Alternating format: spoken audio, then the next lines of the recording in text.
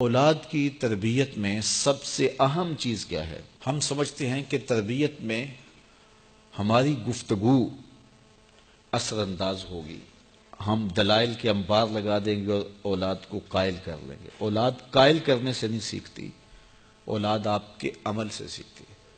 ہم کہتے ہیں اولاد جب بڑی ہوگی، جب سمجھدار ہوگی تو پھر ہم ان کی تربیت کرنے لگیں گے، لیکن اس وقت وہ اس مرحلے سے نکل چکی ہوتی ہے۔ ماں باپ یہ سمجھتے ہیں، ابھی تو یہ بولتے بھی نہیں ہیں، ابھی جو ہم کہتے ہیں وہ سمجھتے بھی نہیں ہیں، لیکن جو آپ کر رہے ہو اس کو سیکھتے ضرور ہیں۔ جو نابینا ہوتا ہے اس کی آنکھیں نہیں ہوتی، لیکن دیگر اس کے حواس زیادہ کام کر رہے ہوتے ہیں۔ جب بچہ بول نہیں رہا ہوتا اور بچہ جب سمجھ نہیں رہا ہوتا تمہاری گفتگو کو، تو اس کی کاپی کرنے کی جو حس ہوتی ہے، نقل کرنے کی جو حس ہوتی ہے، وہ بہت زیادہ ہوتی ہے۔ تو وہ وقت ہوتا ہے اولاد کو سکھانے کا۔ اس لیے میرے حضور نے ارشاد فرمایا کہ اپنے گھروں کو قبرستان نہ بناؤ۔ یعنی جس طرح قبرستان میں کبھی نماز نہیں پڑھی جاتی، تو تمہارے گھر کے اندر نماز نہ پڑھی جا رہی ہو تو بچے کہاں سے سیکھیں گے؟ تو گھروں کے اندر مصلی ہونے چاہیے، گھروں کے اندر ماں بھی نماز پڑھے اور گھر کے بڑے افراد بھی اور باپ بھی، تو بچے پھر سیکھیں گے اور خود مصلی پہ کھڑا ہونا شروع ہوں گے۔ ابتداً وہ یوں ہی مصلی پہ آئیں گے۔ امام غزالی فرماتے ہیں ہر عمل پہلے ریا ہوتا ہے، پھر عادت بنتی ہے، پھر عبادت بنتی ہے۔ تو پہلے وہ ویسے ہی دکھلاوے کے لیے مصلی پہ آئیں گے، پھر آہستہ آہستہ ان کی عادت بنے گی، پھر اس کے بعد وہ عبادت بن جائے گی۔ اور فرمایا گیا 7 سال کا بچہ، اس کو ترغیب دو نماز کی۔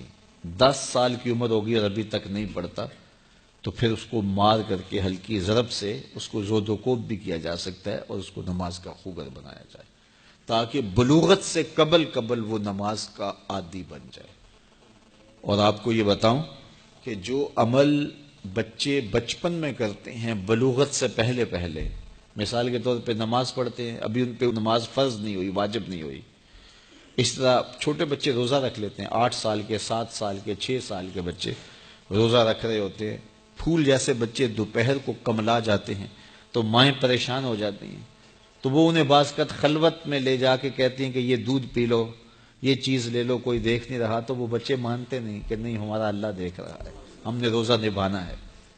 تو وہ شام کے وقت کتنے بے دل سے ہوئے ہوتے ہیں، لیکن اس کے باوجود روزہ نبھا جاتے ہیں۔ اس طرح عمرہ کرتے ہیں بچے، حج کرتے ہیں بچپن کے اندر، اسی طرح جو ہے وہ نمازیں پڑھتے ہیں اور دیگر نیک عمل کرتے ہیں۔ تو وہ ابھی تو نہ ان کے لیے نماز واجب ہوئی، نہ ان کے لیے روزہ واجب ہوا، تو وہ بچے بلکہ شب بیداریاں کرتے ہیں، راتوں کو جاگتے ہیں بچے۔ یہ حفظ القرآن جو بچے کر رہے ہوتے ہیں، تو یہ اتنی زیادہ محنت کر رہے ہوتے ہیں کہ آدھی رات اٹھ کے تو اپنا سبق یاد کر رہے ہوتے ہیں اور سارا دن قرآن مجید پڑھ رہے ہوتے ہیں۔ اس طرح سے نظامی کے بچے جو ابھی نابالغ ہوں، تو جو بچے ابھی بالغ نہیں ہوتے، تو جو عمل کرتے ہیں وہ نمازیں ہیں، روزے ہیں، حج ہے، عمرہ ہے، یا کوئی اور نیک عمل ہے، سارے کا سارا ثواب ماں باپ کے نامہ اعمال میں درج ہوتا ہے۔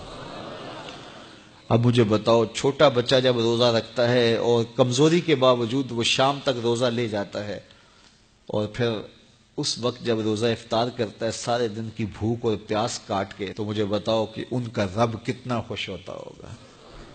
اور چونکہ نہ تو اس کے اندر کوئی تصنع ہے اور نہ کوئی اور بات، ان کا عمل ہی عمل ہے، اس میں خلوص ہی خلوص ہے، تو پھر وہ ماں باپ کے نامہ اعمال کے اندر وہ نیکیاں درج ہوتی ہیں۔ تو اولاد کو بچپن کے اندر آپ جو تربیت دیتے ہیں، تو وہ جو عمل کرتے ہیں، ایک تو ماں باپ کے کھاتے میں اس کا عمل، اور دوسرا بالغ ہونے سے قبل ان کی عادت پختہ ہو گئی، تو والدین کی ذمہ داری ہے کہ ان کو صالح تربیت دے۔